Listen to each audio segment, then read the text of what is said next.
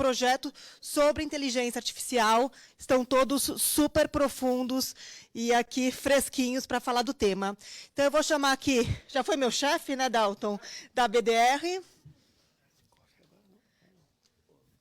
Vamos só fazer uma pergunta, acho que a gente parou para o coffee, podemos ir direto, certo? Podemos?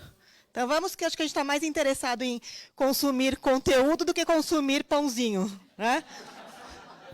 Então, Dalton, vem aqui, ele apresenta a mesa. Dalton aqui é o nosso maior especialista, respira direito autoral, né? Protege aqui nessa briga que antes era contra a pirataria física, ela cada vez mais digital, né, no papel da BDR. Toda sua mesa. Bom, inicialmente...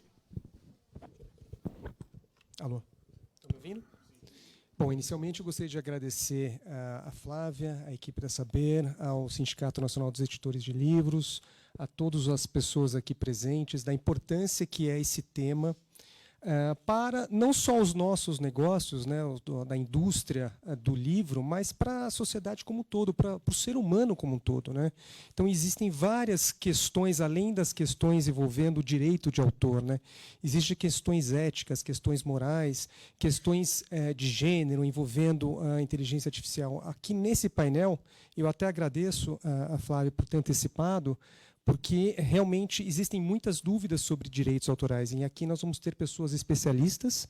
Inclusive, eu já vou convidar o primeiro especialista, é o professor de Direito da Faculdade de Direito da Universidade de São Paulo, é o professor Antônio Carlos Morato. Por favor, venha aqui nos acompanhar na mesa.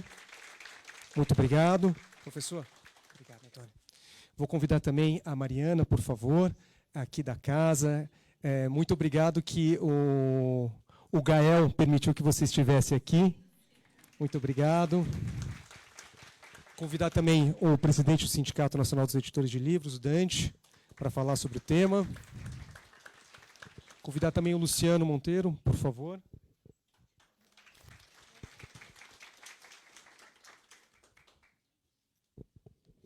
E nós vamos iniciar, então, primeiro fazendo um overview, uma visão geral sobre o que está acontecendo na Europa, no Japão, nos Estados Unidos, e eu vou pedir até para o Luciano começar a falar sobre isso, e depois o Dante para complementar, porque ambos têm uma experiência internacional muito importante, muito grande, e estão assim super atualizados sobre essas questões e discussões que estão acontecendo.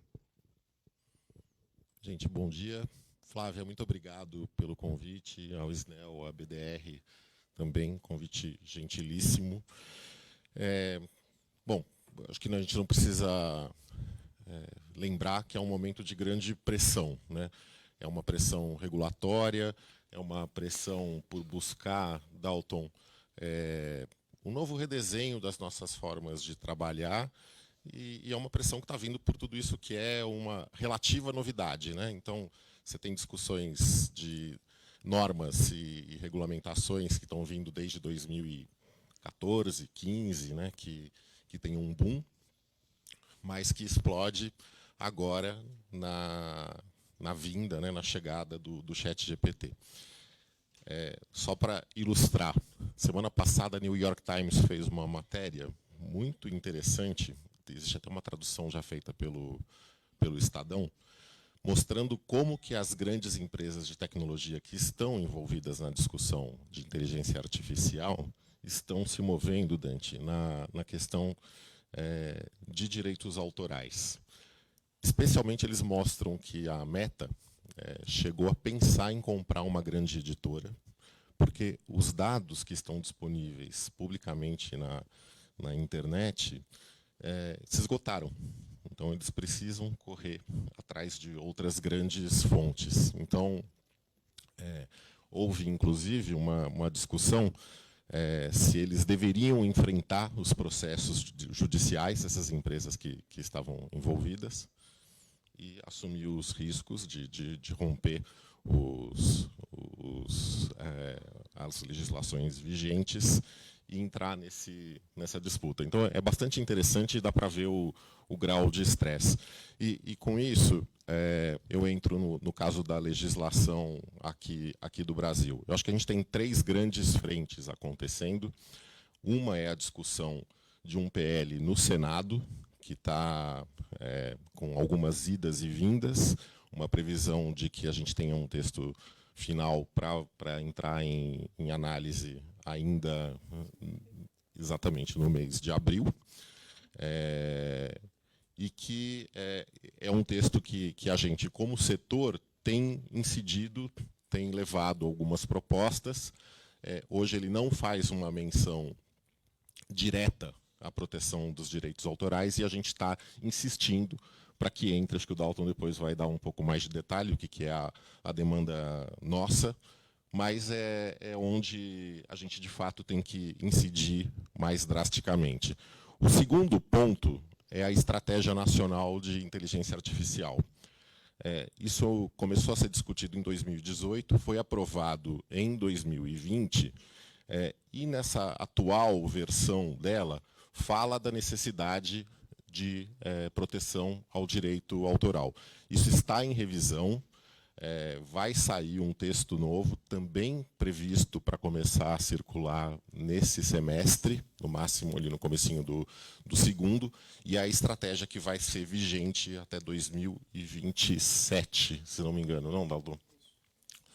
A terceira frente, igualmente importante, é um Plano Nacional de Inteligência Artificial.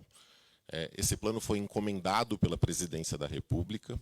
Ele, de novo, começa agora a revisar todo o arcabouço que a gente tem. A ideia é que ele esteja pronto para uma primeira apresentação na Assembleia Geral da ONU, no segundo semestre. Mas aí entram um pouco as pressões. Depois a gente pode falar um pouquinho mais em detalhes para eu poder passar a palavra. Mas é o texto onde existe pressão acontecendo pelo Ministério de Ciência e Tecnologia, que tá gerindo, pelo Ministério de Gestão, pela Anatel, pela Agência Nacional de Proteção de Dados, e, correndo no paralelo, tudo isso, o TSE, que acabou liberando algumas normativas já para a eleição, prevendo como que inteligência artificial deve ou não ser usada para a eleição. Então, esse é o conjunto de pressões que tem no Brasil. Depois a gente comenta um pouquinho do cenário internacional, mas é o que está na agenda imediata. Isso é coisa que está estourando entre agora e setembro. Tudo isso vai acontecer nos próximos meses. Passei por tudo, né, Dalton? É isso aí. Então, agora eu vou pedir para o Dante complementar com as discussões que estão acontecendo na Europa, porque na Europa, desde 2019, foi criada uma exceção de direitos autorais de extração de textos para fins de treinamento. E na Europa, o legislador europeu, aqui é uma diretiva europeia de 2019, é 790/2019. Lá o legislador europeu ele entendeu que essa extração de trechos para fins de treinamento, ela só poderia ser realizada por instituições de ensino e instituições de pesquisa sem finalidade lucrativa e sem relacionamento com entidades de finalidade lucrativa. E também para fins específicos, para beneficiar a sociedade. Ou seja, são usos bem restritivos, ao passo que os projetos de lei em discussão no Brasil não trazem esse tipo de restrição.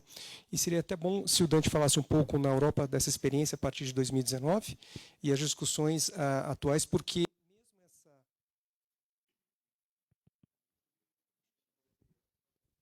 mesmo essa exceção de 2019, com essa restrição à ausência de finalidade lucrativa, já os titulares de direitos lá na Europa entendem da necessidade justamente do licenciamento.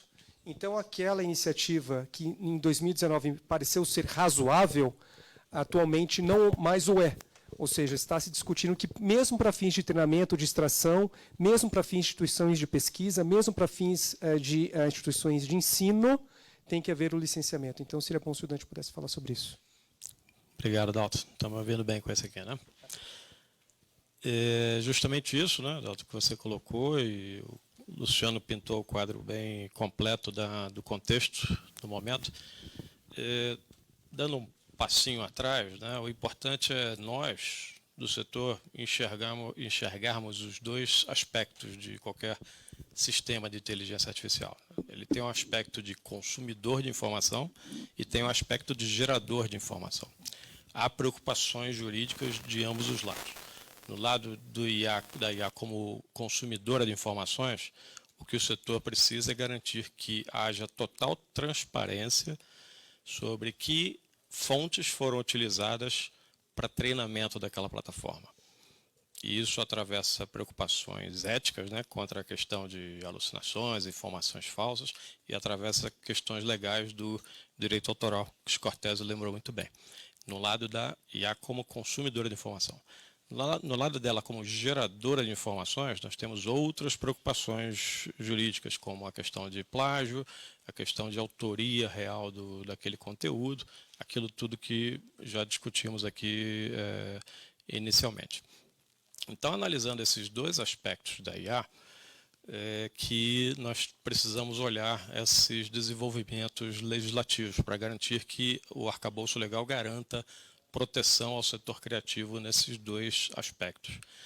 E eu diria que, de certa forma, a gente deu um pouco de sorte, né, Luciano, nesse desenvolvimento legislativo brasileiro, porque o PL estava para ser colocado em votação lá em 2019, não é isso? Final de 2021 ou 2019? Enfim. Quando surgiu o ChatGPT. E aí o grupo de trabalho no Senado viu, olha, o buraco é mais embaixo, não é tão simples assim. A Europa não teve tanta sorte, porque nessa aprovação um pouco prematura da questão de mineração de dados e texto, não realizou que mineração de dados e texto pode ser um passo inicial para alimentar sistemas de IA. E aí você realmente regulamentar aquela fronteira tênue entre o uso não comercial por uma instituição de pesquisa e o que é o resultado daquela pesquisa que se torna pública, né, em seguida vai ser ou não utilizado de forma comercial, é muito difícil. Vocês sabem, a Apple, a quantidade de patentes que ela tem sobre pesquisa que foi feita, disponibilizada publicamente, é enorme. A maioria das coisas não foram desenvolvidas internamente, foram patenteadas com base em pesquisa tornada pública, acessível gratuitamente.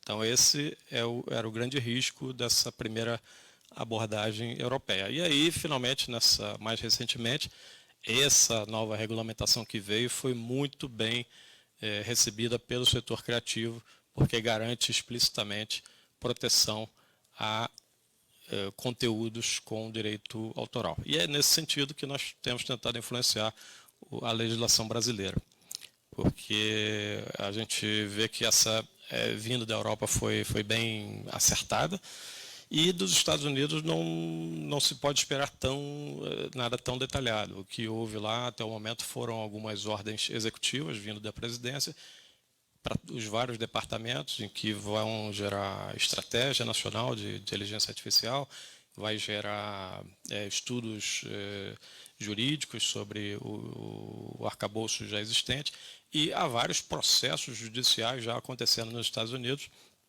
de autores, de algumas editoras, contra algumas plataformas que comprovadamente digeriram conteúdo protegido por direito autoral sem ter licenciado adequadamente esse conteúdo. Há vários escritórios já nos Estados Unidos angariando provas de que aquele conteúdo que foi respondido no prompt só poderia ter sido retirado de um livro XYZ ou de uma música XYZ, e que tal objeto não foi licenciado por essa plataforma. Então, é nesse sentido que eu digo que demos um pouco de sorte, porque quando o nosso PL foi retirado ali do trâmite para reavaliação, nós tivemos essa oportunidade de sugerir alterações para que houvesse adequada proteção ao setor criativo. E sob a influência agora do ato europeu, né? Exato, sob a influência do ato europeu, exatamente. Até para fazer um contexto para vocês, porque muitas vezes a gente acaba ficando um pouco alienado do que está acontecendo em Brasília, das discussões que acontecem em Brasília. Então, só para dar um contexto para vocês de tempo, em 2022 foi criada uma comissão de juristas pelo Senado Federal. Essa comissão ela trabalhou por 6 meses em um texto, em uma sugestão de texto para regulamentar a inteligência artificial no Brasil, porque já havia, na época, um projeto de lei aprovado na Câmara e o Senado entendia pela necessidade de ouvir juristas, especialistas em temas. Então, durante 6 meses, no segundo semestre de 2022, foram realizadas várias audiências públicas com vários especialistas em várias áreas para que justamente discutir os riscos de inteligência artificial. Eu acompanhei todas as audiências públicas e em nenhuma delas foi convidado um autor, um criador ou um titular de um direito de autor. Ou seja, todas aquelas audiências públicas, todos aqueles debates com especialistas, eles abordaram várias questões, mas deixaram de lado uma principal questão, que é a do direito de autor. Então, essa comissão de juristas apresentou o seu relatório no mês de dezembro de 2022, no início, e no final de dezembro de 2022, que o Dante falou, foi lançado o ChatGPT. Ou seja, a comissão de juristas, o anteprojeto de regulamentação, ele já nasceu desatualizado. No início de 2023, então, o presidente do Senado, Rodrigo Pacheco, pegou esse texto criado pela comissão de juristas e apresentou como um projeto de lei, que é o 2338 de 2023, que é o principal projeto de lei sobre inteligência artificial que está em discussão no Brasil. Esse projeto agregou outros projetos de lei, são 8 projetos de lei, além do 2338, que estão em discussão neste momento no Senado Federal.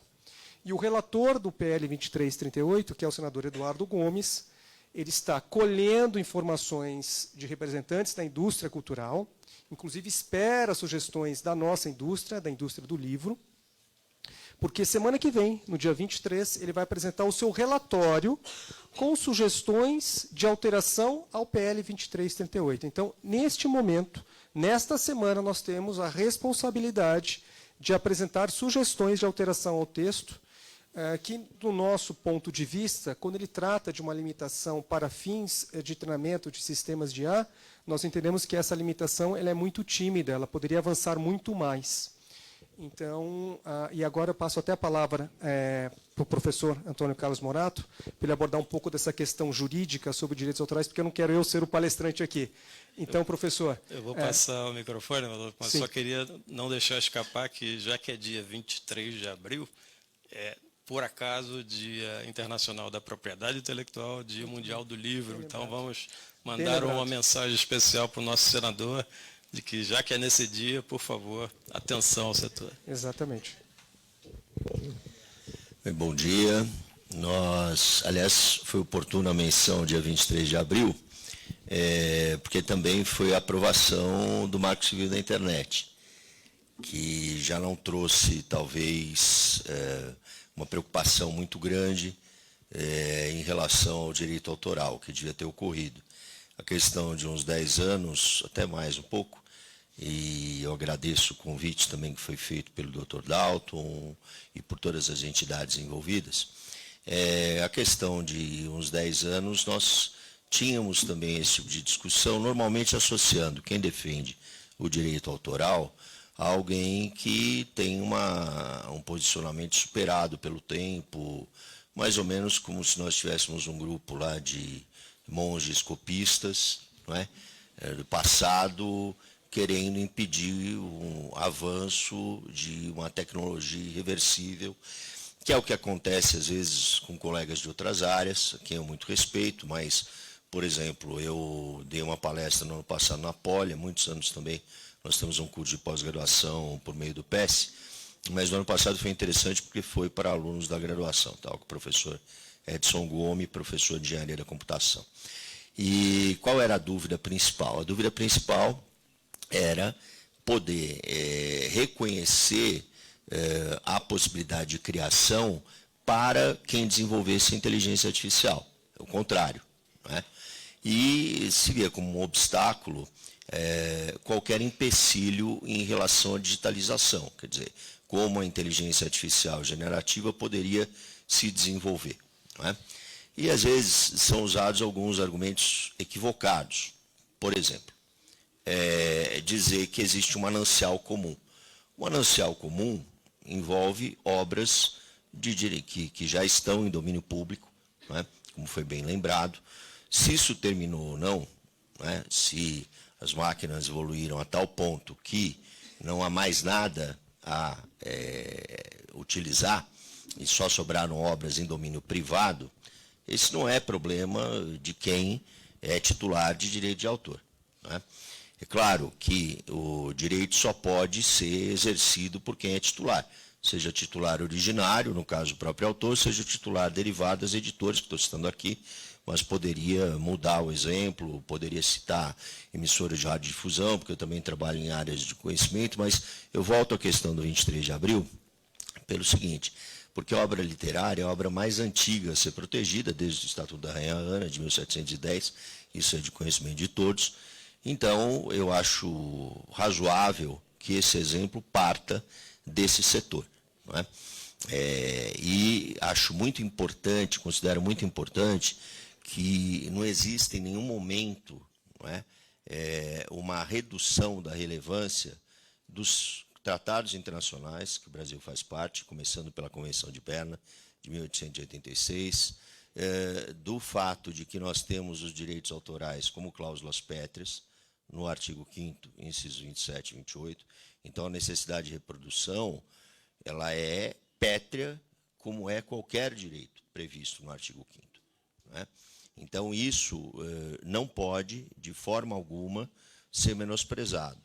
E também há exigência de autorização na própria lei de direitos autorais, no artigo 29, inciso 1º, sem esquecer dos direitos morais, que para nós são extremamente importantes. E aí temos 3 situações distintas, à guisa de exemplo, o Japão, os Estados Unidos e a Europa. Da Europa nós temos como referência, inclusive, para o nosso projeto de lei, a questão dos riscos, e em nenhum momento se negligencia, eu inclusive fiz uma redução em relação ao que eu pretendia abordar, mas eu posso encaminhar, são 37 slides, por isso que nós precisamos sempre improvisar, não é?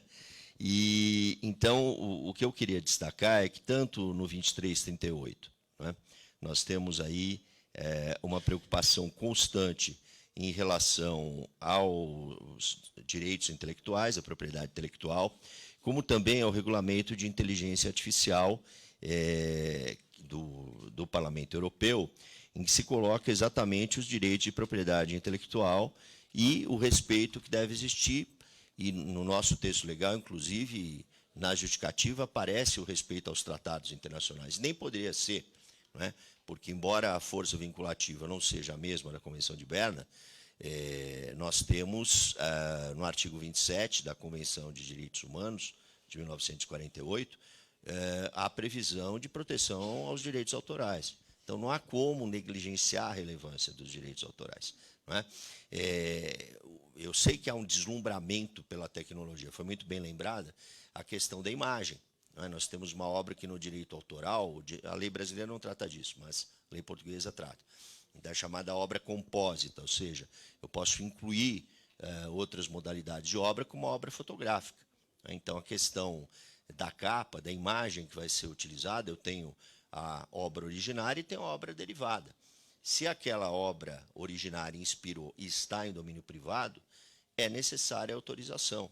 Então, por isso que, aliás, sempre deve existir isso, não é? Seja quando nós imaginemos titularidade de direito conexo, também é algo importante que foi discutido na Europa em relação aos órgãos de imprensa, seja em hipóteses em que a editora pode ser considerada como titular originária, como autora, embora isso seja algo polêmico, que é a questão da obra coletiva, eu tenho uma opinião a esse respeito, mas, de qualquer sorte, há sempre a necessidade de autorização, né? Isso ou deveria ser indiscutível. Só um complemento, professor Antônio, muito obrigado. Eu estou recebendo algumas perguntas aqui do chat. Perguntaram sobre o projeto de lei, o número dele. É o 2338/2023. Então, vocês podem pesquisar via Google. Vocês colocam projeto de lei 2338, PL, /2023, inteligência artificial, que vocês vão ter acesso ao texto. E aí recebi também aqui uma pergunta envolvendo o PNLD. E nós temos aqui o presidente da Abre Livros, que vai poder até nos auxiliar nessa resposta. É o Vinícius perguntando, Vinícius Fernandes. Os contratos editoriais prevêem a limitação do uso dos materiais fornecidos ao PNLD para o governo? para que não seja usado para alimentar uma IA governamental? Essa foi a pergunta que fizeram no PND. Não sei se o Ângelo gostaria de responder.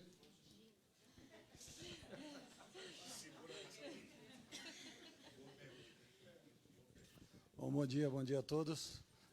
Uma pergunta bastante básica, mas em relação ao governo, claro que é sempre uma preocupação que os direitos sejam utilizados de uma maneira incorreta, etc. Mas dentro do PNLD, todos os contratos com o governo federal, eles são muito rigorosos, né? E a gente tem atualmente uma discussão grande de um edital grande, que é o de ensino médio, até aproveitando a dúvida do Vinícius, tentar incluir isso dentro da regulamentação, impedimentos de possíveis usos. Eu acho muito difícil que o governo utilize conteúdos dos livros para formar um mecanismo, uma máquina de inteligência artificial, especialmente governamental. Eu acho muito difícil. Mas, como disse o Dalton, eu acho que o momento das regulamentações talvez seja até mais importante do que o que vem por aí, né? Então, eu acho que como nós estamos discutindo regulamentação, tudo que a gente puder regulamentar e proteger é muito bem-vindo, e a pergunta do Vinícius é oportuna. Não sei se atendi aqui.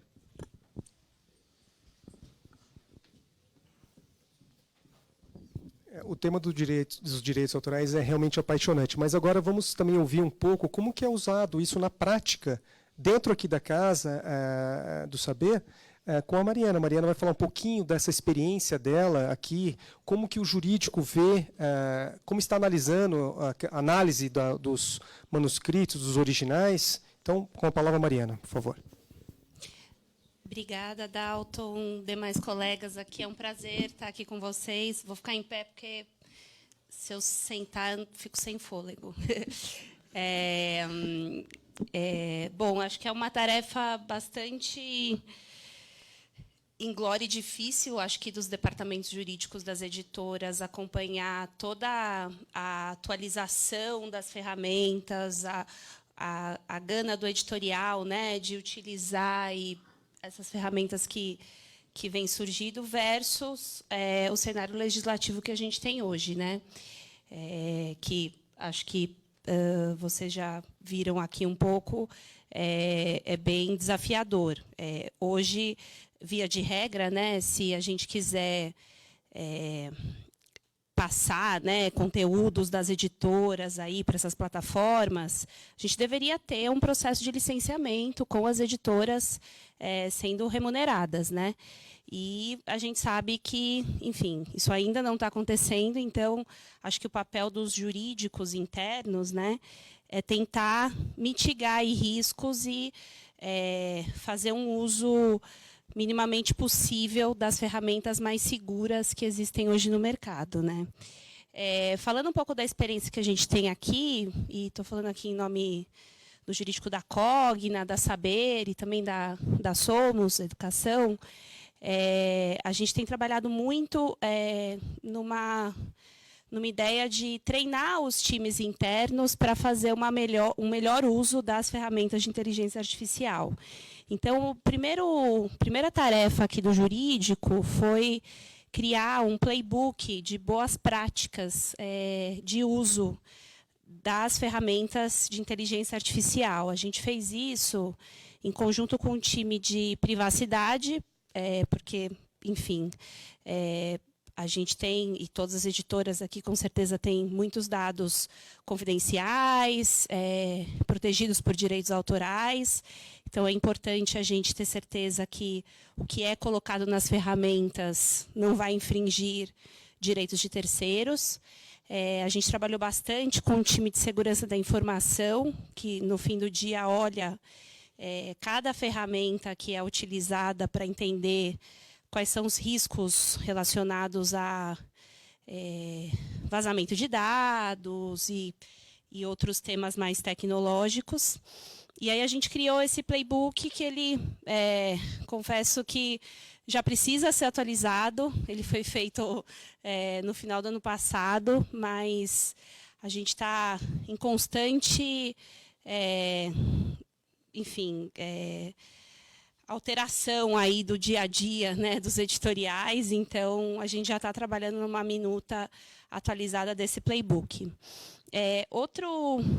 Outro papel importante, né, que o jurídico tem hoje é a cada ferramenta que o editorial nos traz, e aqui, né, lembrando que a gente está muito em fase de testes, tá? Então, às vezes o editorial vem, nossa, tem essa ferramenta aqui super interessante, que ela gera conteúdos ou até imagens com base no texto que a gente coloca. E aí a gente vai lá, como jurídico, analisa os termos de uso dessa plataforma, porque numa ausência, né, de uma regulação sobre o tema hoje, a gente tem que se basear nos termos de uso da plataforma e na legislação em vigor, que é Marco Civil, Lei de Direitos Autorais, lei do Consumidor também, para entender qual é o impacto daquele uso dessa ferramenta hoje versus a legislação atual.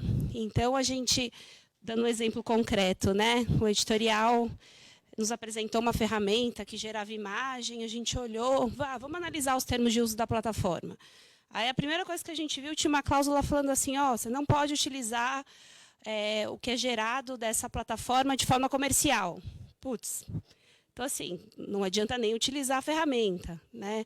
Então, acho que o jurídico vem muito para analisar também os termos de uso das plataformas e passar alertas e até recomendações de não utilização de determinada ferramenta, né?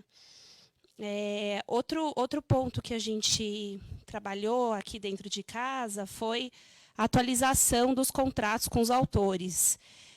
Acho que a BDR já estava aí nessa frente também, e a gente tem muito uma preocupação em relação ao conteúdo que os autores, os produtores de conteúdo, ilustradores, etc., encaminham para a editora. Então, a gente fez questão de começar a colocar nos nossos contratos uma cláusula mais protetiva à editora, no sentido de que esses produtores de conteúdos, autores, ilustradores, etc., se responsabilizam se eventualmente utilizarem uma ferramenta de IA. A gente não está lá na ponta para ver se o autor está ou não utilizando uma ferramenta de IA, mas, contratualmente falando, a gente consegue, de alguma forma, eventualmente ter um direito de regresso em relação ao autor, se a gente coloca uma cláusula mais protetiva à editora. Acho que é importante também falar, assim, vendo como jurídico, eu acho que os editoriais estão bem curiosos, e isso é muito bacana, assim, né, em procurar ferramentas para facilitar o dia a dia. Mas o que a gente tem visto é que ainda, e eu acho que isso é positivo, considerando também o cenário incerto legislativo, né, os usos que estão sendo feitos são usos para conteúdos mais complementares, ou não para um cerne, para um livro, algo que vai ser publicado no PNLD, porque, de fato, a gente tem que tomar todos os cuidados na hora de trabalhar com essa ferramenta, com essas ferramentas, porque você tem muito risco de plágio, a gente não, né, enfim, você não pode colocar um conteúdo autoral dentro de uma ferramenta, porque a gente não sabe como aquela ferramenta, apesar dos termos de uso da plataforma falar que, não, aqui eu não vou utilizar esse conteúdo para treinar meus algoritmos, né? A gente já viu isso em algumas ferramentas, mas a gente não tem como ter certeza disso, né? Então, a gente tem tomado os cuidados, e eu sinto que os editoriais internos aqui das empresas do grupo têm tomado cuidado com isso, né, de não colocar conteúdo autoral dentro dessas ferramentas, e eventual conteúdo que é gerado por elas, também eu vejo um processo de revisão dos nossos editoriais, né, para tentar tirar, por exemplo, vieses que saem dessas ferramentas, numa imagem, por exemplo, né? Conversando até com colegas de outras indústrias, né? Então, como por exemplo a Ambev já tem trabalhado hoje em campanhas publicitárias que são geradas 100% por ferramentas de inteligência artificial. E aí qual que é a preocupação de jurídico, de compliance, né? Ao sair, né, esse tipo de publicidade, olhar vieses de preconceito, gênero, porque pode sair uma campanha sem mulheres, por exemplo, que foi gerada pela IA. Então, acho que o papel do jurídico, ele, enfim, às vezes vai além de só ficar ali olhando os termos, né? Acho que a gente tem uma visão mais holística, às vezes, de tudo que está acontecendo. Acho que é isso, gente, assim, em linhas gerais. É isso.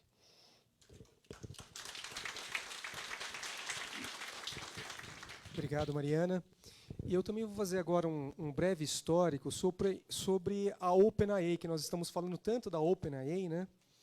O que é a OpenAI? Então, no início dos anos 2000, foi criada uma entidade sem fins lucrativos, e os seus grandes investidores dessa entidade é o Peter Thiel, inclusive o Elon Musk participou da primeira rodada de investimentos. Então, foram grandes investidores titulares de empresas de tecnologia, se reuniram, eram 10 grandes investidores, e investiram $50 milhões e criaram a OpenAI sem finalidade lucrativa no início dos anos 2000.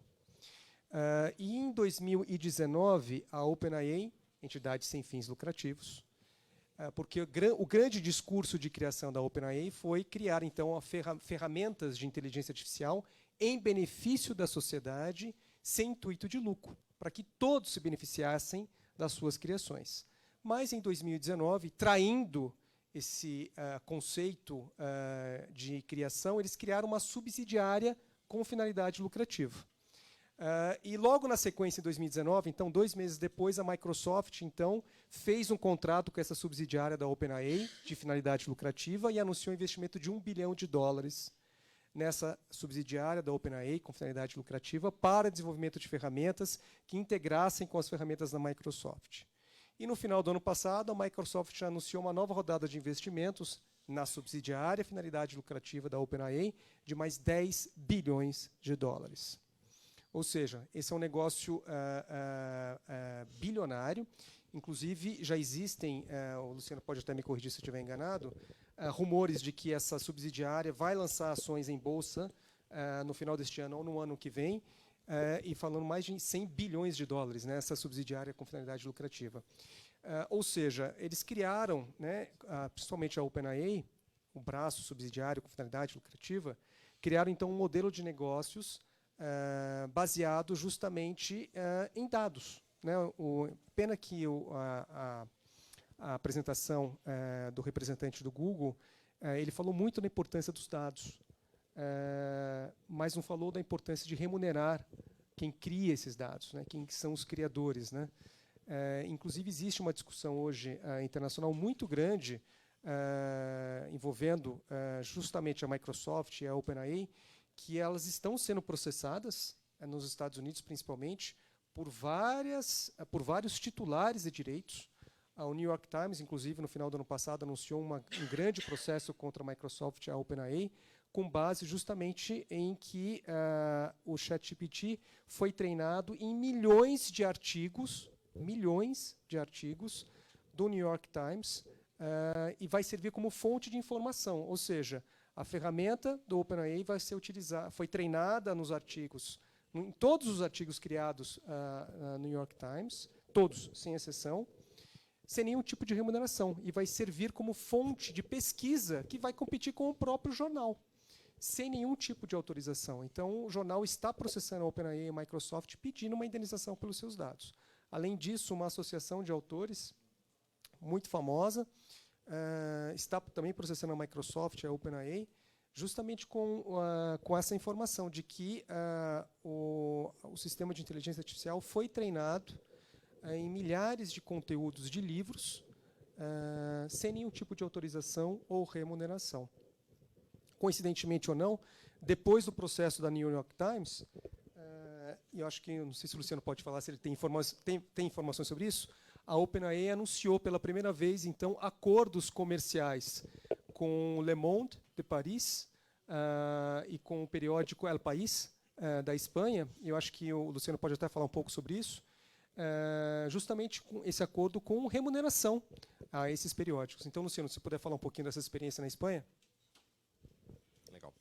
Eu vou passar um pouquinho também, Dalton, sobre outros países que estão fazendo uma discussão, como a gente tinha conversado.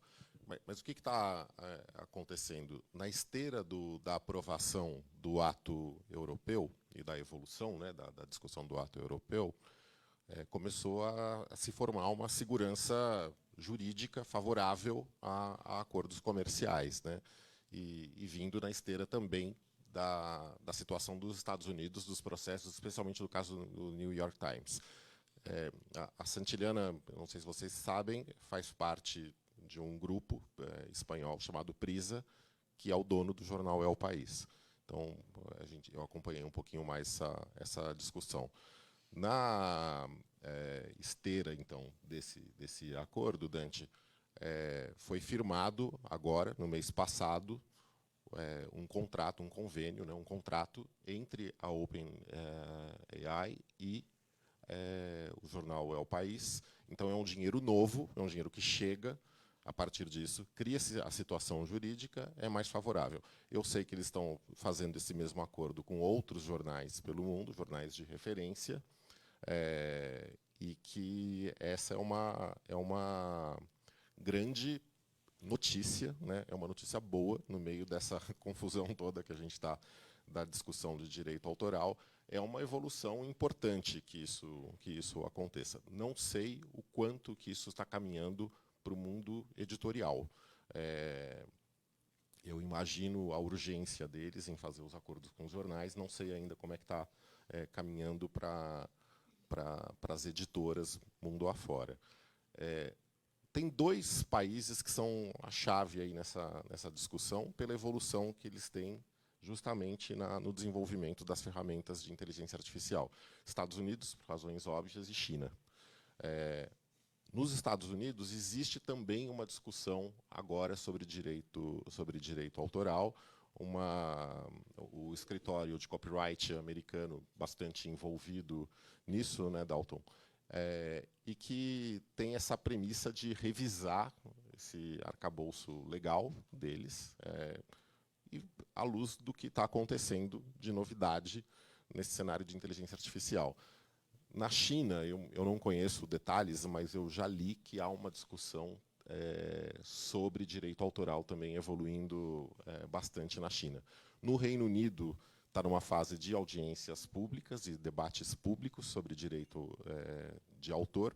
E no Japão, uma legislação mais abrangente, mas que também passa pela proteção de direito autoral, mas é um desenho bem mais amplo, né? Ela não tem uma especificidade tão forte quanto a que a gente está discutindo. Ainda no mundo internacional, a IPA tem uma posição, né, Dante, já publicada, então é uma posição de respeito e proteção dos direitos de autor. Então, nós, como organização, né, setorial, já temos a nossa definição. E tanto para esse mundo internacional quanto para o nacional, eu acho que a gente tem uma discussão que passa por três grandes pontos, né? A primeira é consentir, né, que a gente deve fazer como detentores dos direitos, nós que temos que ser o agente para conceder. O controle, que também está previsto na legislação europeia, agora no ato europeu, precisa de transparência, precisa de rastreabilidade. Então, esse é o segundo ponto ali, que acho que é uma premissa da nossa demanda. E, obviamente, a remuneração, né, que esse conteúdo não é de graça, Esse é um conteúdo que precisa ser remunerado, porque só isso garante sustentabilidade da nossa indústria, e só uma indústria sustentável, uma indústria que tenha bases sólidas, consegue continuar a ser criativa.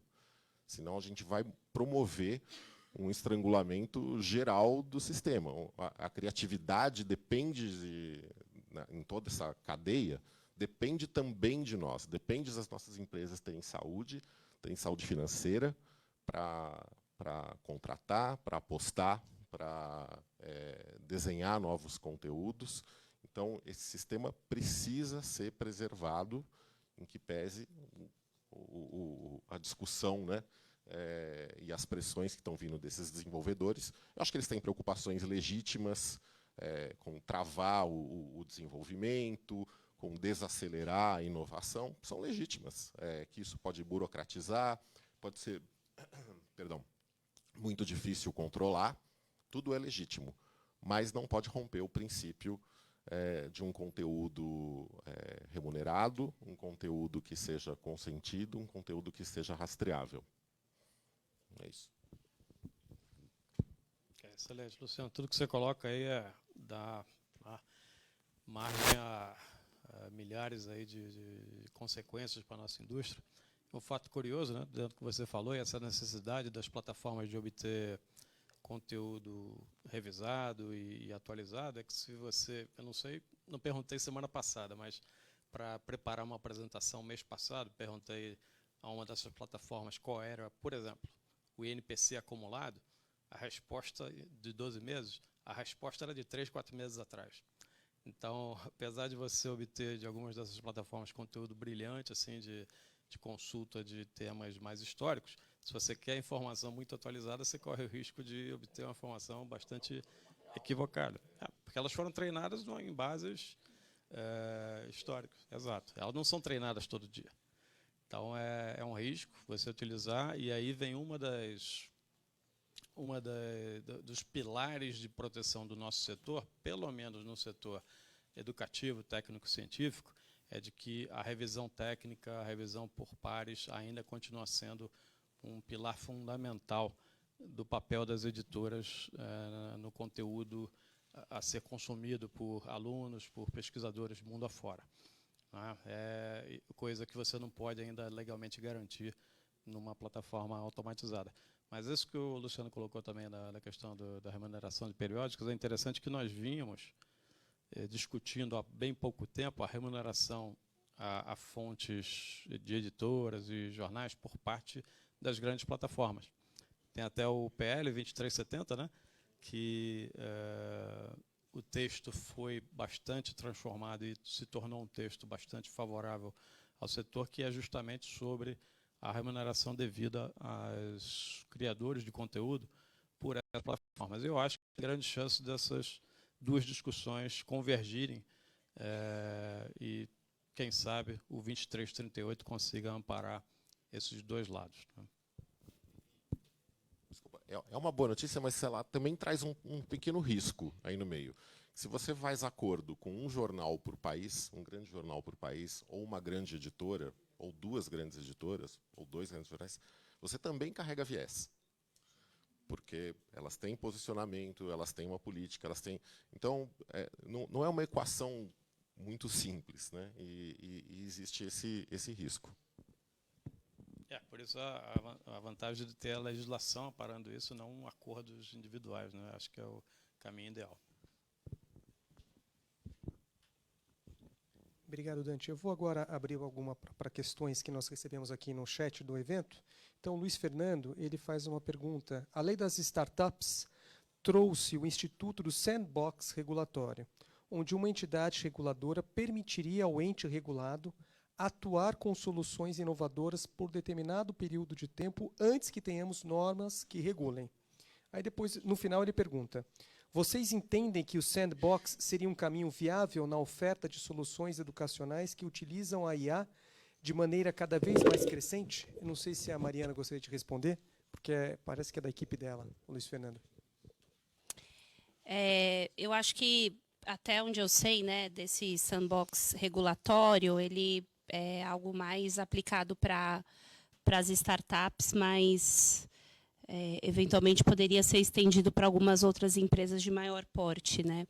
Eu acho que, de toda forma, esse tipo de lei ela é menor do que as convenções que a gente tem, né, de Berna, lei de direitos autorais. Então, acho que utilizar o sandbox regulatório para fomentar o uso das inteligências artificiais nas nossas soluções educacionais talvez não seja o caminho mais seguro, considerando que existe um arcabouço jurídico maior que essa lei. Minha visão aqui. Tá. Agora a última pergunta que eu vou passar aqui, depois eu vou abrir uma pergunta para as pessoas aqui. E essa eu vou pedir para o professor Antônio responder. É do Geraldo Rodrigues. A LDA permite a cessão de direitos de autor para pessoa jurídica, que é uma ficção do direito, ou seja, permite-se a cessão para um ser não humano. Dentro desse contexto, não seria possível resguardar o direito de autor de uma obra em que a IA é coautora, ou então em que ela cria a obra integralmente? Em ambas as hipóteses, o DA seria direcionado para o coautor ou para o impulsionador da criação? Faz sentido esse raciocínio? Bem, primeiro, eu agradeço a pergunta. Eu não estou entre aqueles que consideram que a pessoa jurídica é uma ficção. Tem 3 teorias básicas, essa é uma teoria superada, teoria da ficção. O que nós temos é a teoria da realidade técnica hoje. Isso eu falo no meu livro. Tem teoria da realidade orgânica, a realidade técnica. Eu digo por que se critica a teoria da ficção. Porque o Estado é uma pessoa jurídica, né, e dele emanam as leis, e se o Estado, como pessoa jurídica, fosse uma ficção, as leis que nós discutimos aqui, os tratados, tudo seria uma ficção. Seria pura perda de tempo, né? Então, esse é um primeiro dado. Então, é uma realidade. Agora, indo diretamente à questão, que é a questão de reconhecer a autoria, antes de se discutir com a autoria, nós temos que discutir a autoria, né? Porque em várias situações nós temos algo próximo à criação, mas que não se reconhece, mesmo pessoas físicas. Se nós pensarmos no revisor, o revisor tem direito a crédito? Tem, mas ele não é coautor. Já o tradutor é coautor, né? O que gera muita confusão, porque às vezes a obra originária está em domínio público, que acontece com William Shakespeare, por exemplo, e nós temos traduções excelentes do Milor Fernandes, Bárbara Eliodoro, enfim, obra em domínio privado, né? Esse é um ponto interessante. Em relação à questão da autoria em meio eletrônico, e eu quero lembrar que também se criou a chamada, ou se discutiu pelo menos a criação no Parlamento Europeu da personalidade eletrônica, né? Essa discussão não é nova. Tem uma obra do professor Carlos Alberto Bittar, em 1989, O Direito de Autor nos Modernos Meios de Comunicação, 89 ou 91. Né? Não sou tão preciso, também estou seguindo o exemplo da inteligência artificial nesse momento. Mas a obra é O Direito de Autor nos Modernos Meios de Comunicação. Na dúvida, alguém quiser consultar, vá ao LexML, né, que é ótimo, sempre indico para os orientandos, tem a data exata. Mas ele já era contrário a essa possibilidade de reconhecer a autoria a uma máquina. É muito diferente de reconhecer a autoria à pessoa jurídica, porque aí nós temos uma situação de organização, que é exceção de exceção de exceção, porque nos pode confundir obra em coautoria, que é obra por 2 ou mais autores, criada por 2 ou mais autores, está no artigo 5º, 18º, linha A, e a obra coletiva, na qual há organização, em que está no mesmo dispositivo, só que na linha H, em que nós temos alguém que organiza a obra e a publica sob seu nome, seja ele pessoa física ou pessoa jurídica, né? E também não é nenhum absurdo. Por quê? Porque nós temos, em primeiro lugar, o artigo 5º, inciso 10 da Constituição Federal, pessoas, abrangendo pessoa física e pessoa jurídica. Temos a súmula 227 do STJ, reconhecendo honra para as pessoas jurídicas, e temos o artigo 52 do Código Civil. Essa já é uma discussão superada, mas há aqueles que defendem que só a pessoa jurídica é autora por uma profissão de fé, não é argumento jurídico, é profissão de fé. A pessoa acredita naquilo, não é? E acaba sustentando. Mas eu digo o seguinte, é possível sustentar o contrário. Eu citei os colegas da Politécnica e eles acreditam, pelo menos parte acredita, que no momento em que eu tenho inteligência artificial e essa inteligência artificial utiliza tudo que está à disposição e cria algo supostamente novo, não é? Ela seria autora. Eu, particularmente, sigo aqui a visão clássica. Ou a pessoa física é autora, assim está no artigo 11 da Lei de Direitos Autorais, e excepcionalmente, só na hipótese de obra coletiva, nós podemos seguir esse posicionamento, que também é criticado, né? E cito aqui pessoas que são excelentes, que têm opinião oposta à minha, né? Eu ia lançar uma segunda edição de direito de autor, sobre direito de autor na obra coletiva, pela Saraiva, e eu tinha agradecido a duas pessoas que têm opinião diametralmente oposta à minha, o professor Hildebrando Pontes e o professor José Carlos Costa Neto, que agora, pelo Quinto Constitucional, está no Tribunal de Justiça de São Paulo. Eles têm os argumentos deles, né? Então é possível. Agora, sustentar que máquina poderia ser autora, como animal poderia ser autor, não é?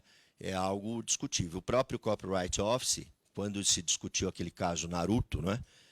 Que acho que era David Slater, o nome do fotógrafo, tinha aquela discussão se o animal era autor ou não.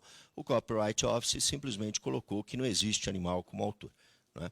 E não existe máquina como autor. Nós podemos imaginar outros direitos que sejam construídos, como acontece em relação ao revisor. O revisor, ele tem direitos, mas ele não é autor, né? Inclusive, foi até bom você falar nisso, professor, que até para os que estão presentes, pela lei brasileira, obra intelectual decorre de uma criação do intelecto humano. Então, a criação, não obra, a criação gerada por IA, ela não goza de proteção pela lei brasileira. Isso é importante. Existe uma discussão atual nos Estados Unidos em que uma pessoa responsável pelos inputs, pelos prompts em sistemas de IA, ela criou, então, uma obra, não intelectual, uma obra, e pediu, então, proteção ao Copyright Office dos Estados Unidos como criação dele em coautoria com o sistema de IA. E o Copyright Office negou o registro como obra intelectual protegida, então, e ele está processando, essa pessoa, né, esse usuário do sistema de IA está processando o Copyright Office numa corte federal, pedindo direitos de autor que sejam reconhecidos a ele, mas não há ainda discussão judicial. Mas, pela lei brasileira, criação gerada por IA não goza de proteção. Então, agora eu vou abrir para a plateia, se alguém quiser fazer alguma pergunta. Alguém tem pergunta? Ou...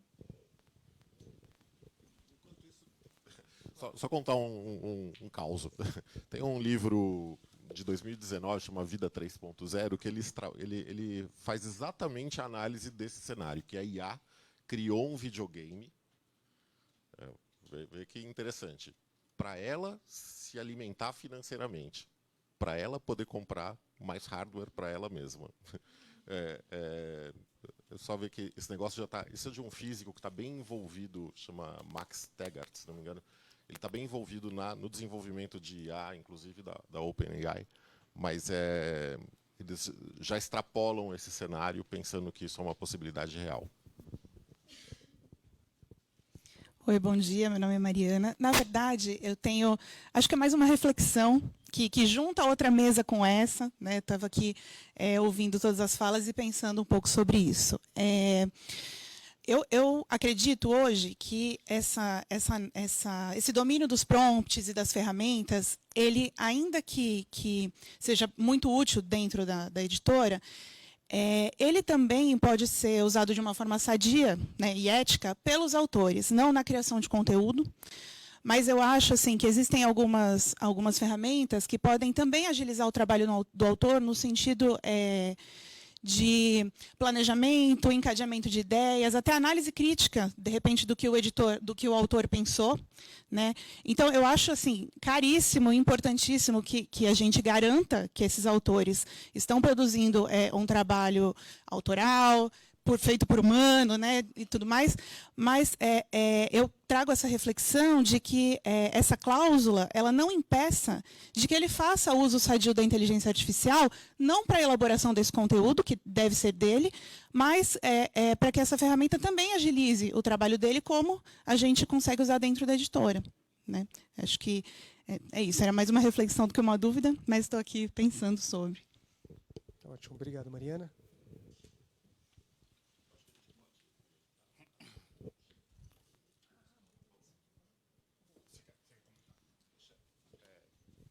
Eu e o Dante, a gente está aqui comentando que a tua colocação passa perto de um exemplo real que a gente teve no ano passado, que foi o caso do Prêmio Jabuti. E ali é interessante porque ele também dá um exemplo da necessidade de se atualizar normas, leis, à luz do que existe de novidade, né, tecnológica. No ano passado, a gente teve um ilustrador que corretamente inscreveu uma obra dizendo que era com inteligência artificial e citava. Por um buraco na norma do prêmio, acabou passando e vocês chegaram a ver ali a polêmica que teve. Se reuniu depois uma comissão, viu que fez uma interpretação que não era aceitável, mas esse é um ponto interessante, porque o ilustrador, a gente já sabe de muito ilustrador usando a inteligência artificial como ponto de partida, como um cenário de inspiração, como uma largada, que eu acho que passa um pouquinho pelo teu comentário, né? Eu estou querendo juntar os dois porque eu acho que demonstra a necessidade da gente ter uma flexibilidade de adaptação das nossas regras, das nossas normas, as normativas internas das companhias, normativas como do caso, né, Léo, de um prêmio ou da Bienal, o que quer que seja, e obviamente, no cenário maior, o que a gente está discutindo aqui, a necessidade de se adaptar à legislação, de se respeitar a legislação, mas criar mecanismos para que esses mundos convivam, né, com a melhor harmonia possível. 100%, concordo, e estou com você, né? A regulamentação feita, pelo menos na minha editora, foi nesse sentido, não é de proibir o uso de ferramentas de IA, mas simplesmente declarar o uso, e desde que o uso não seja para descoberta central da novidade científica que o autor quer comunicar, que a autoria da conclusão principal seja do trabalho de pesquisa humana, né? Mas ele usar a ferramenta de IA para apoio, seja na compilação de dados, na tradução, no que for, concordo 100% com você. Eu vou ainda sobre esse assunto, até furei a fila aqui, que estava com o CIMEI, te agradeço, CIMEI, mas de Mariana para Mariana. Mariana disse que tem criado aqui dispositivos dentro dos contratos, você usou dispositivos regulatórios, eu acho que foi essa expressão que você usou, até anotei aqui no meu celular, mas não está me ocorrendo agora. Mas que dispositivos são esses? São esses que o Dante citou agora? Quais são os limites do autor para o uso da inteligência artificial? O que a gente tentou regular nos nossos contratos, e aqui vou até situar a PNLD, porque PNLD aqui acho que é um outro bicho jurídico, inclusive os próximos editais estão, enfim, talvez tenha até alguma eventual proibição de uso, né, já tem, né, na minuta do edital, de uso de ferramentas de inteligência artificial, né? Estou falando aqui de conteúdos fora do PNLD. Acho que a ideia aqui, e a BDR fez uma cláusula nesse sentido, é colocar uma disposição no contrato para que o autor, eventual produtor de conteúdo, ilustrador, se responsabilize caso ele utilize alguma ferramenta de inteligência artificial. A gente não consegue estar na ponta e ver se o autor ou o ilustrador está, de fato, utilizando uma ferramenta. Então, o que a gente colocou nos contratos foi uma cláusula basicamente nesse sentido, que eu acho que é o que a gente consegue fazer agora, considerando que não existe hoje uma regulamentação própria sobre o tema, né? A gente tem que se basear nas leis atuais, Convenção de Berna, a Lei de Direitos Autorais, não tem como fugir disso. Então, foi mais uma cláusula para que ele fique atento que, caso ele utilize, ele vai estar sujeito às questões da Lei de Direitos Autorais. Então, ele tem que entregar um conteúdo original, inédito, enfim, dentre outros requisitos lá da lei. Oi, bom dia. A minha pergunta, ela vai numa linha de entender o quão tênue essa distância entre a criação intelectual por um ser humano e aí talvez entendendo como um auxílio de uma máquina, no sentido de incluindo prompts para obter resultados e construindo ali um conteúdo a partir daquilo. O quão tênue essa linha vai ficar? Vou tentar fazer uma analogia. Imagina um músico ou um compositor compondo uma nova música, mas ao invés de usar um violão ou um piano, ele está usando um software que também representa notas musicais e determinados ritmos e tudo mais.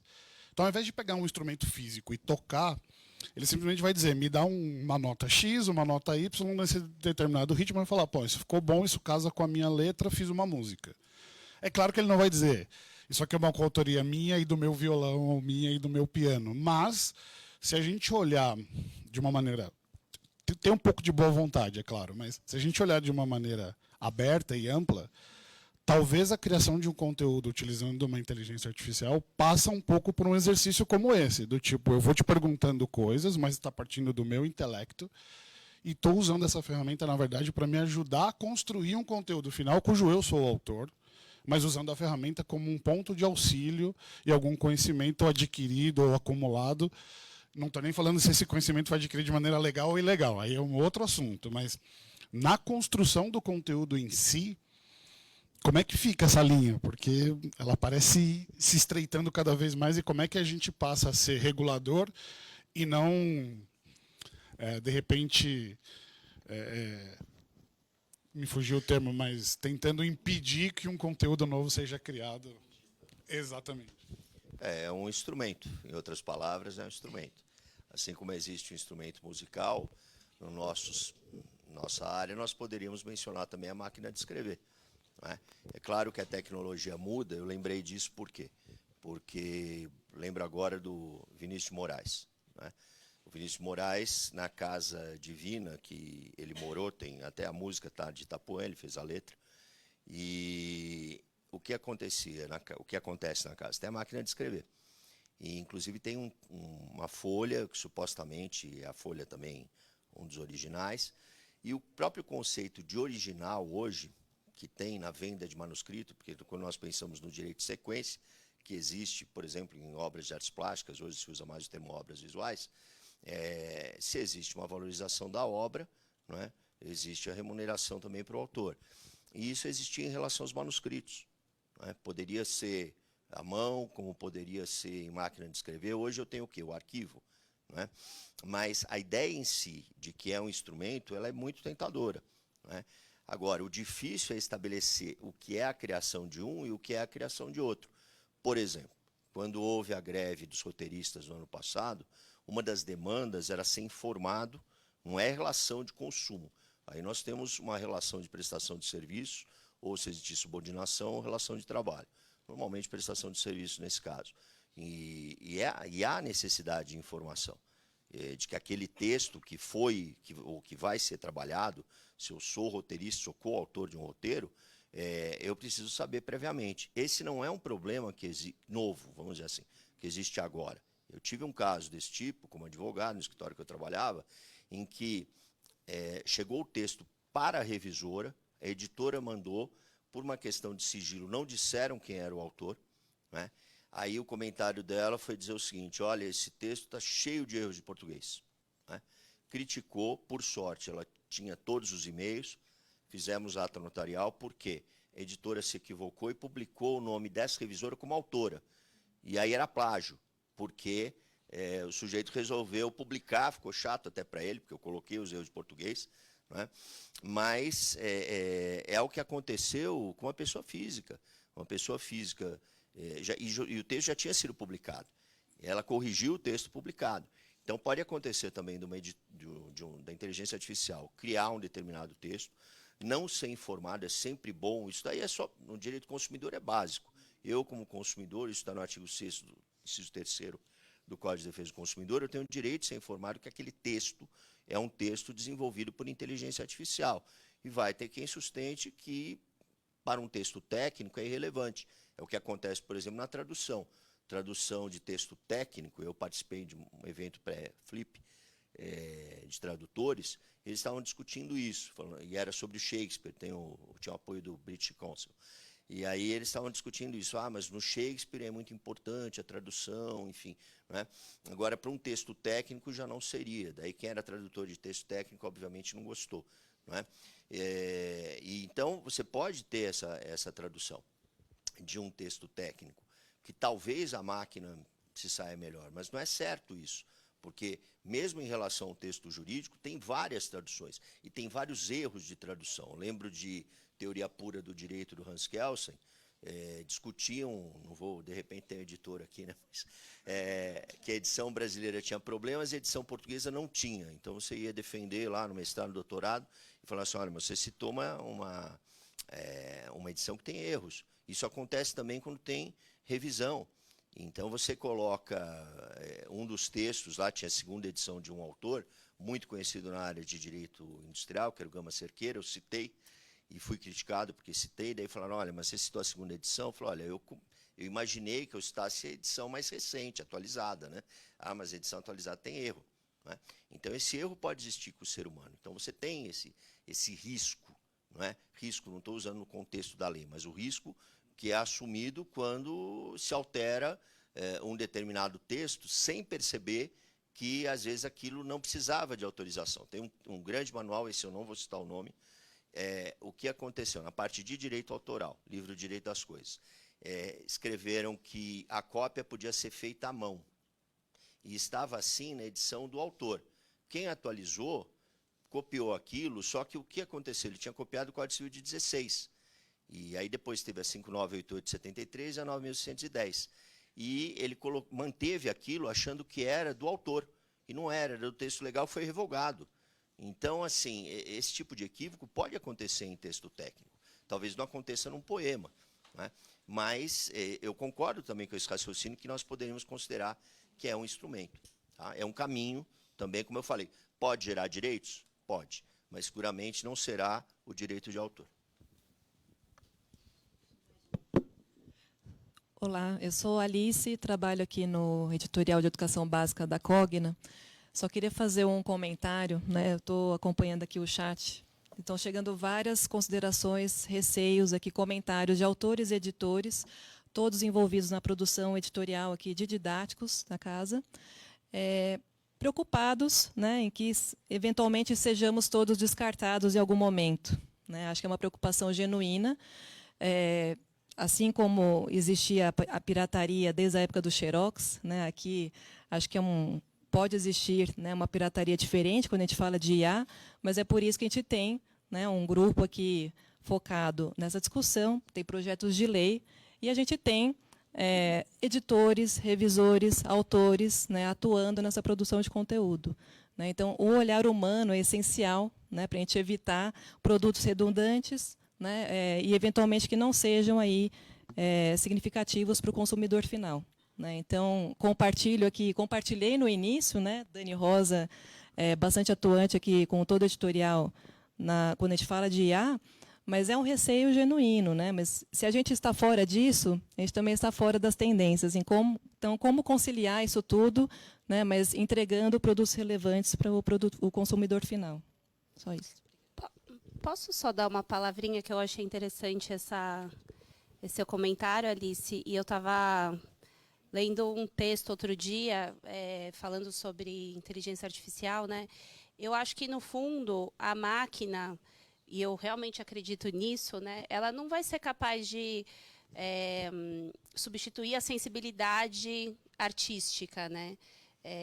E a inteligência humana mesmo, né?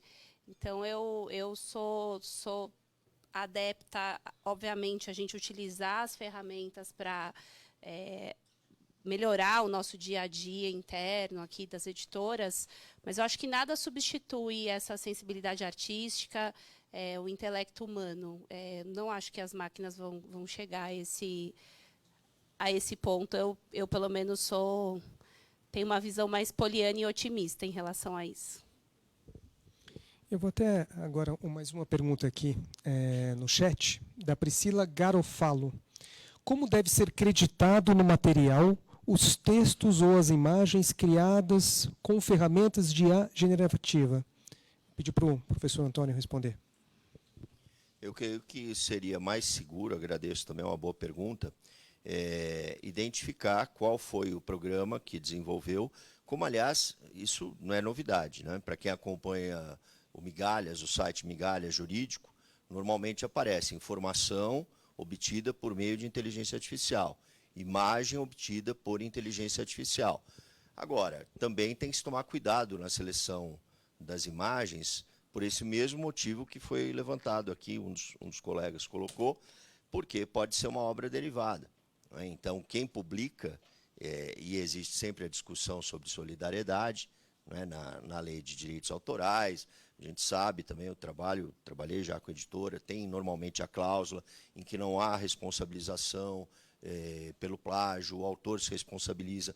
Tem programas como o Turn Team, já existiu o farejador de plágio, não é? Mas às vezes acontece, não é, de passar. Então, por via das dúvidas, é bom tomar todos esses cuidados, pecar pelo excesso, mas não pela falta. Então, crédito é sempre necessário, assim como autorização. Gostaria de saber se algum dos presentes gostaria de fazer... desculpe. Isso que o professor Bonato falou é importante, basicamente citar as fontes, né? Eu não sei esse artigo em particular do New York Times, mas eu vi já vários artigos do Estadão em que no final você vê a menção, tradução feita com apoio da ferramenta XYZ. Tá? Como a gente sempre citou a fonte, né, professor? Exato, não há muito mistério, é citar realmente a ferramenta que apoia vocês. Aí acho que tem esse princípio da transparência, né? Que a gente está defendendo, inclusive, na regulamentação.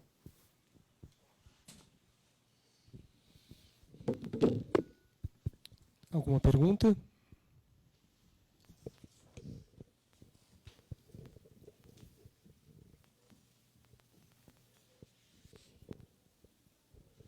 Eu tenho uma dúvida sobre essa questão do crédito, porque tem imagens ou textos que são integralmente obtidos de uma ferramenta, e aí é preto no branco, essa imagem foi obtida. Mas, por exemplo, no caso do Jabuti, por exemplo, foi um trabalho em que houve uma participação da ferramenta, então, às vezes, ela é assistiva, né, do criador, e, às vezes, ela gera integralmente aquele conteúdo. E eu acho que, no futuro, talvez, tudo vai ser assistido. Então, não sei até que ponto faz sentido você ficar informando em todos os conteúdos que eles foram assistidos por uma ferramenta, usados com auxílio de uma ferramenta. Então, eu queria um pouco um comentário assim, sobre esses casos em que há uma nuance no uso da ferramenta, mas ela não cria integralmente, e também sobre essa questão dos autores, né, essa questão da cláusula do conteúdo entregue pelos autores para a editora. Se existe uma limitação do uso que o autor pode fazer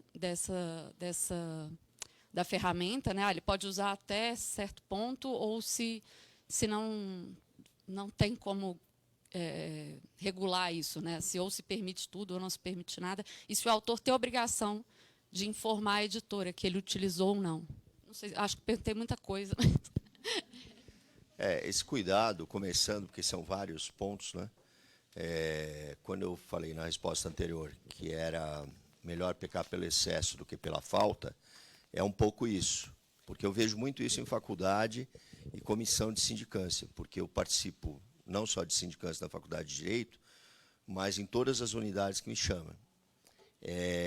Então, isso, questão de plágio, ela é sempre complicada, porque ou se considera que tudo é plágio, ou que nada é plágio. Às vezes, só um probleminha de citação, que eu sempre uso como critério, uma autora italiana, Olivia Zaralgardi, a professora Silmara Quinelato também escreveu sobre esse assunto, dizendo o seguinte, que a obra deve permanecer se houver a retirada daquela citação específica, né?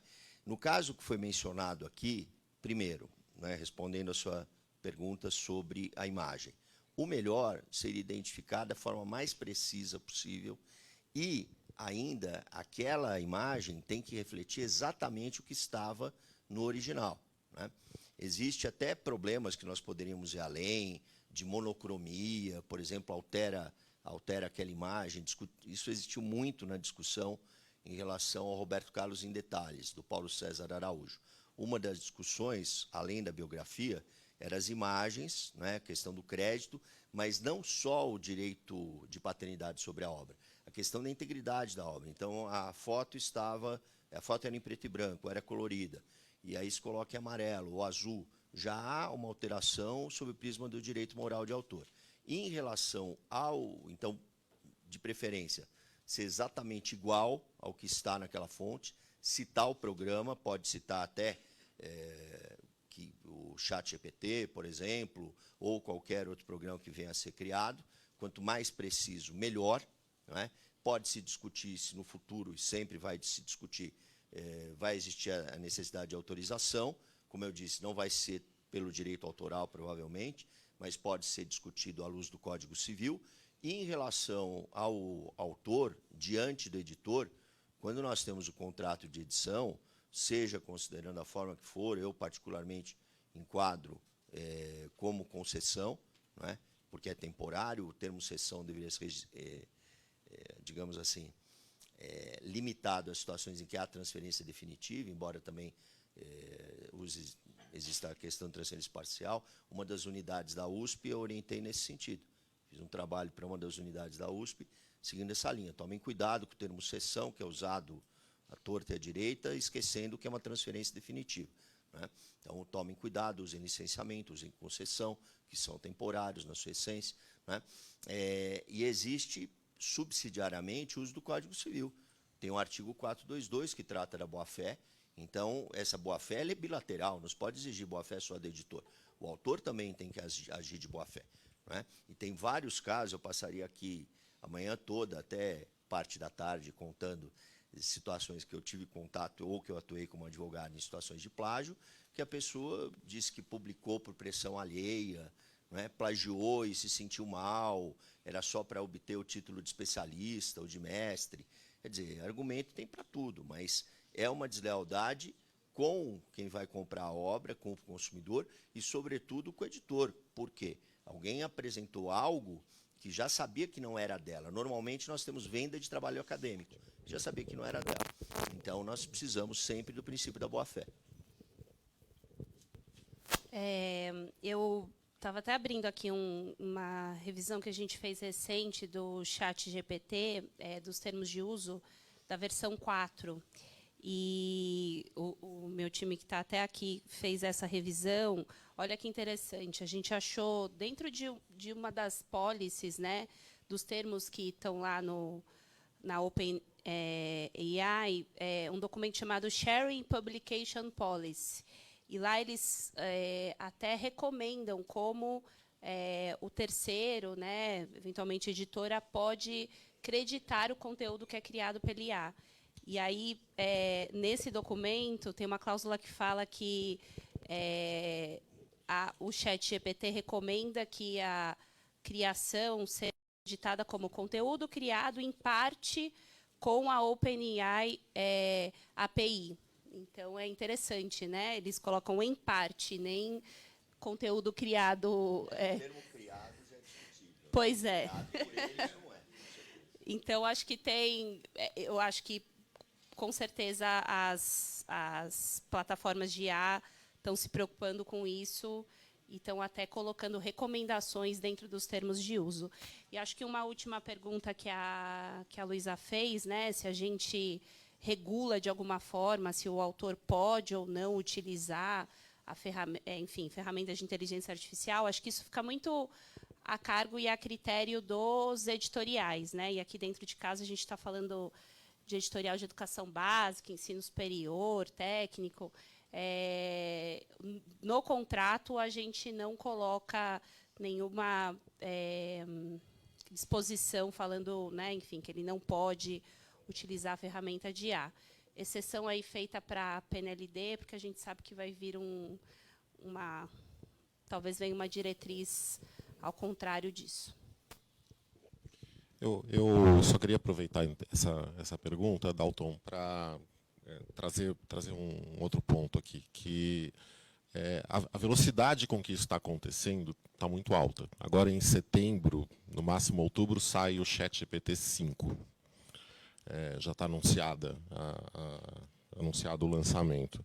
Então, a gente está correndo para fazer as atualizações das nossas normas e regras, mas eu acho que, tanto para otimistas quanto para pessimistas com a inteligência artificial, está claro que o que a gente vai precisar daqui por diante é ter um canal constante de diálogo e de atualização, né, primeiro discussão com desenvolvedores, com legisladores, mas o ponto que eu quero trazer de atenção é que a gente vai ter, via as nossas entidades, via as nossas empresas, que manter constantemente uma discussão sobre isso, porque as novidades estão chegando numa velocidade muito alta, muito mais alta do que a velocidade da discussão de legislação, muito mais alta do que a nossa capacidade de fazer adaptações. Então, se hoje é em todo ou em parte a colaboração de um conteúdo com ferramentas de inteligência artificial, é uma grande incógnita pensar nisso, sei lá, daqui 5 anos, 10 anos, não sei. Assim, o princípio fundamental é a preservação e a saúde do nosso sistema, da nossa indústria, dos agentes dessa indústria. Agora, a gente vai ter que manter uma vigilância intensiva sobre essa parte normativa, regulatória e de atualização da forma como a gente está lidando isso nas nossas operações. Só aproveitando também a sua pergunta, né, você tocou num ponto interessante, que daqui a pouco todo mundo vai utilizar, então eu vou ter que continuar mencionando isso. Você está certíssima, né? A gente vai chegar nesse ponto, mas ainda não estamos lá. A gente está na fase de hype, né, que você comentou, em que não é a norma, né? Ainda são casos, não diria excepcionais, mas há casos em que se pode questionar em que ponto a ferramenta fez parte da elaboração do conteúdo principal que você está comunicando, e é por isso que ainda se está exigindo a menção. Mas quando chegar no momento em que seja tão comum quanto usar um Excel para fazer a planilha, eu não vou dizer toda a planilha que eu publicar que eu fiz no Excel. Eu não faço isso, né? Mas ainda não chegamos lá. Vamos chegar. Bem, senhores, vou encerrar esse painel agora. Agradecer a todos os palestrantes, o professor, Luciano, Dante, nosso presidente. Mariana, muito obrigado. Gostaria de agradecer também toda a equipe do SNEL que está aqui, a diretora Roberta, a Liz, também a Marilis pela organização, a Marilis Manoli, a Adriane Kipperman, e também a Flávia, quem eu chamo para encerrar o nosso summit, e também a sua equipe. Muito obrigado. Flávia, agora você está com a palavra.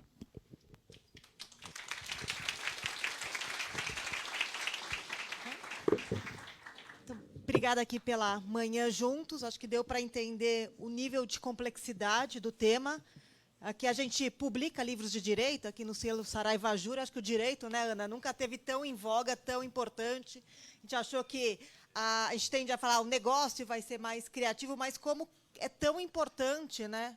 No primeiro painel, a gente fala do desafiar, do testar, do entender. Só que o segundo painel, ele mostra que, se a gente não tomar cuidado, a gente não existirá em breve. Né? Então, em liderança, a gente fala desafiar e cuidar. Então, o primeiro ele desafia, a gente testa, e o segundo faz com que a gente continue relevante, continue existindo, e trabalhar com criatividade, trabalhar com mercado editorial, ser autor, ser design. Nunca foi fácil, né? Só vai mudando o tipo de desafio. Começamos no passado ali com as cópias xerográficas, né, repográficas, e agora temos um outro desafio para a gente entender como que a gente cuida, como a gente continua relevante, sem fechar as portas, né? Fazendo aqui os testes e estando presente nas associações, trocando experiência entre a gente e não caindo no desafio banal de vender o almoço para pagar o jantar, que é, vou aqui abrir, vou sair fazendo, e aí eu me perco no caminho, né? Não tenho mais direitos autorais, não tenho mais direitos de edição. Então, o nosso desafio como setor, como os vários papéis que a gente tem, é cuidar do copyright, cuidar dos royalties, mostrar quão importante é o papel do editor. Né? Então, acho que cada vez mais fica claro aqui na nossa manhã, o editor é quem faz a ligação entre o autor e o mercado. Né? Então, ele tem um papel de curadoria. Então, veio uma pergunta que a Alice trouxe tão bem, no meio de tanta poluição, de tanto conteúdo gerado por IA, né, de tão fácil ir gerando conteúdos, o editor é cada vez mais importante para mostrar o que é relevante, né? Então, eu não quero que minha filha estude por qualquer conteúdo. Eu quero que minha filha estude com conteúdo de um autor de renome, de uma editora de renome, com curadoria, que paga direito autoral, que tem cuidado ético, tem cuidado que não tem racismo, não tem discriminação. Então, acho que é essa a função do editor, de curadoria, de cuidado, de respeito de direito autoral. Tem outro conceito que o editor é aquele que regulariza a propriedade intelectual. É o editor que coloca em contrato, que deixa muito claro o direito de tradução, o direito de edição, o direito de autor. Então, a gente mostrou, né, assim, quão complexo é o desafio com o IA, mas quão importantes somos, né, como papel editorial aqui no nosso mercado. Então, agradeço aqui. A gente vai passar depois avaliações para vocês falarem o que vocês gostaram, o que vocês sentiram falta. E o nosso plano é que a gente continue esses debates, né? Acho que, de novo, a beleza de estarmos juntas. As perguntas foram muito ricas, muito desafiadoras. Para muitas, a gente não sabe a resposta, mas continuaremos juntos, buscando aqui como que a gente avança, né, como que a gente testa, mas como a gente cuida, como que a gente protege também as pessoas mais preciosas para a rede, para a cadeia editorial. Os autores, os editores, os profissionais criativos, e a gente vai junto nessa jornada que nunca foi fácil. Tá bom? Muitíssimo obrigado a todos. Temos ainda aqui um café, tá? Depois a gente deixa a dica aqui de almoço. E eu não sei se mais alguém aqui quer deixar um depoimento, alguma palavra, antes da gente encerrar. Deixo aberto aqui para a gente fazer alguns comentários finais. Bom, Flávia, muito rápido. Primeiro, parabéns pela organização. Eu acho que é fundamental, num momento como esse espaço de debate, a convivência das entidades ligadas ao livro, né? Nós que já estamos no mundo do livro educacional há um certo tempo, vivemos um pouco de tudo que foi dito aqui, de pirataria, da chegada do digital, o digital vai acabar com o livro, etc., etc. Acho que a gente vem passando bem por isso. Talvez aqui o buraco seja mais embaixo. Aqui a coisa se complica um pouco mais, porque corre-se o risco de perder duas coisas chaves do processo. Primeiro, a autoria, né? E segundo, um pouco do que a Alice falou, do que muitos falaram aqui, a curadoria. Ou seja, conteúdos abertos tem de todo tipo, né? Inclusive, a pergunta do Vinícius falava do risco do MEC usar isso. O MEC, quando pediu alguma coisa desse tipo, ele especificou. Ele queria recursos abertos. E a gente produziu, cada editora que quis aderir ao PNLD naquele momento, produziu conteúdos abertos, né? E o MEC viu que era de baixa qualidade, porque era conteúdo aberto. Então, isso, em relação ao MEC, a gente não se preocupa, mas aqui tem uma preocupação. Essa coisa da autoria, da curadoria, se perde um pouco, né, Dalton? Então, acho que é o cuidado. E muito obrigado, Flávia, parabéns aí, Dante, pela organização.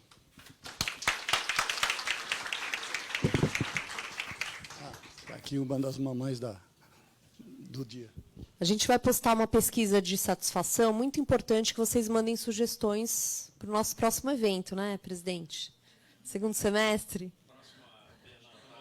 Na Bienal. Então, tá bom, ótimo. Então, mandem sugestões, né? A gente vai postar na tela aqui uma pesquisa de satisfação. Alguém quer falar? Aqui é voz de todo mundo, hein? Alguma última consideração? Então, damos por encerrado aqui o evento. Muito obrigada, gente. Valeu.